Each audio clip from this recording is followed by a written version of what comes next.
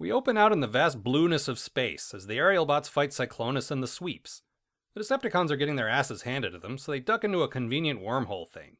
Seriously, spatial anomalies are about as anomalous in the Transformers universe as they are in Star Trek, which is to say, not at all.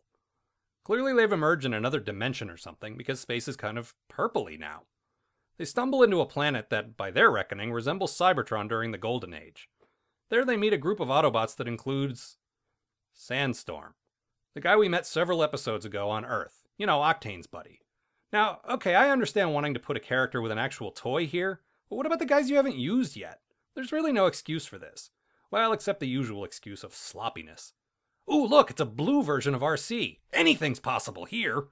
Cyclonus isn't being fed free energon fast enough, so he bitch slaps her and drinks straight from the trough. Civilized. Why aren't they trying to blow us away? Perhaps because they aren't armed. I got the wrong idea, or are these guys a bunch of wimps? Yes, they appear to be wimps. Turns out the planet is called Paradron, and everyone on it is a pacifist, which, for two guys with guns, makes for a pretty fun time. Meanwhile, back on Earth, Soundwave talks with the voice of an Insecticon for no apparent reason. We're picking up an image, Galvatron. Cyclonus calls back to... Oh, this is supposed to be Char. Alright then. Well, Cyclonus calls home and tells them about the awesome thing that he found. Meanwhile, Sandstorm pleads to his guys to stop being pacifists and defend their planet, and they refuse. Yeah, we all know how this is gonna go. I'd like to make a quick aside here and mention how much I love it when we're on planets like this, or in Cybertron's past, when we just get scads and scads of generic robots. I always enjoyed the look of your generic Transformers characters in the background, and this episode's full of them. But then they're probably all gonna die in the next little while. Galvatron shows up, talks some sense into the crowd, and before long they're kneeling before him. Sandstorm makes his way out to an old shuttle, and after avoiding pursuing Decepticons for about, 6 hours, heads off to find help. Eventually, he meets up with the Autobots, who have a hard time buying his story because they don't have a record of a planet called Paradron. Well, duh, it's hidden. Sandstorm feeds them the exposition that Paradron's inhabitants left during the Fourth Great War, which hasn't happened yet as far as I can tell because the Matrix told Rodimus that the Third War rages to this day. Well, whatever. They went and built a colony inside a vortex thing where they could live in peace.